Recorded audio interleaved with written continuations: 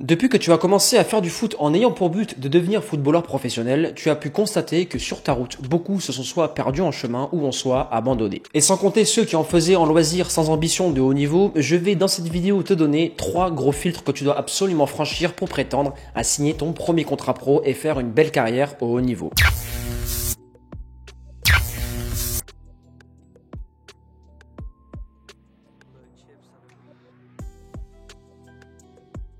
On ne fait pas d'un âne un cheval de course et ça se remarque très vite dans le sport. Chacun a des prédispositions dans la vie et chez le footballeur, ça se détecte dès le plus jeune âge. Ça se remarque au travers du toucher de balle, des facultés motrices à se déplacer dans l'espace, la coordination avec et sans ballon, les qualités athlétiques adaptées au football, le mental, le cognitif sur le terrain que ce soit dans la vision de jeu ou l'intelligence, l'anticipation et enfin le leadership. Ce filtre se révèle hyper tôt et ce n'est pas fataliste de te dire ça. C'est plutôt un conseil pour que tu gagnes du temps et que tu trouves ce qui fonctionne pour toi. Pour ma part, j'étais doué en tant que joueur car j'étais à l'école de foot des Girondins de Bordeaux. Mais j'avais des prédispositions adaptées au poste de gardien de but. Le changement de poste s'est fait tout naturellement et cela m'a permis d'avoir fait le pôle sport de Talence et le centre de formation du Toulouse Football Club. Sans ce choix de carrière, je n'aurais pas pu intégrer le monde professionnel car je n'avais pas les compétences et les prédispositions. Alors attention, exception. Il est possible que certains talents se développent sur le tard avec des retards de croissance ou des prises de conscience soudaines. En règle générale, cela représente 15% des joueurs et c'est sûr que tu connais au moins un profil de ce type dans ton club. Dès que le premier filtre est franchi, tu vas arriver dans les bouchons. Ça dure entre U17 et la N2. J'appelle ça la grande masse et 2 choix s'offrent aux joueurs faisant partie de cette foule. Premier choix, c'est la sortie de droite. La stagnation éternelle dans un monde amateur où le jeu sera toujours brouillon en match, les entraînements en club idem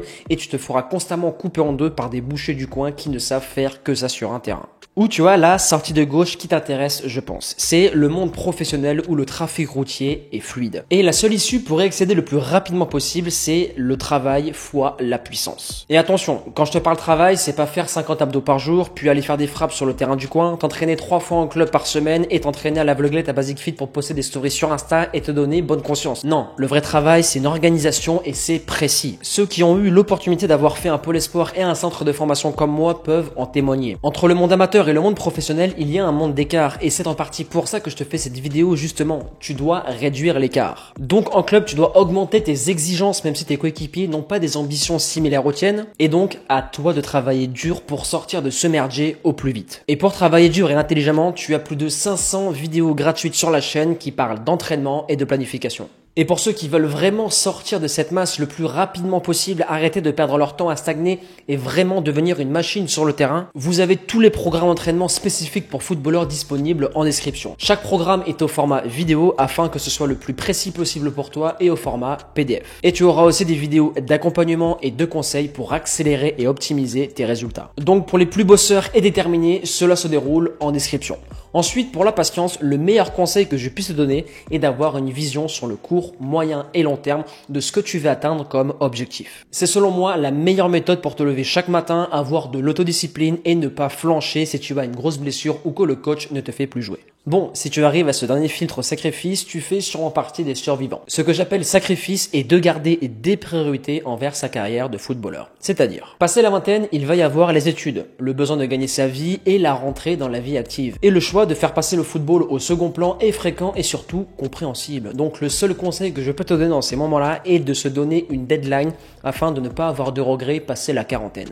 Par exemple, admettons que tu aies 21 ou 22 ans à l'heure actuelle. Tu peux te donner 3 ans de focus football en travaillant très dur et en mettant toutes les chances de ton côté en investissant au travers de livres, de vidéos, de formations, de programmes, de suivi, bref, peu importe. Durant ces 3 ans, c'est tout ou rien et tu peux même tenter ta chance à l'étranger. Alors oui, c'est assez risqué comme choix, mais comme dirait un grand philosophe, vous prenez jamais de risques et vous vous étonnez d'avoir une vie de merde.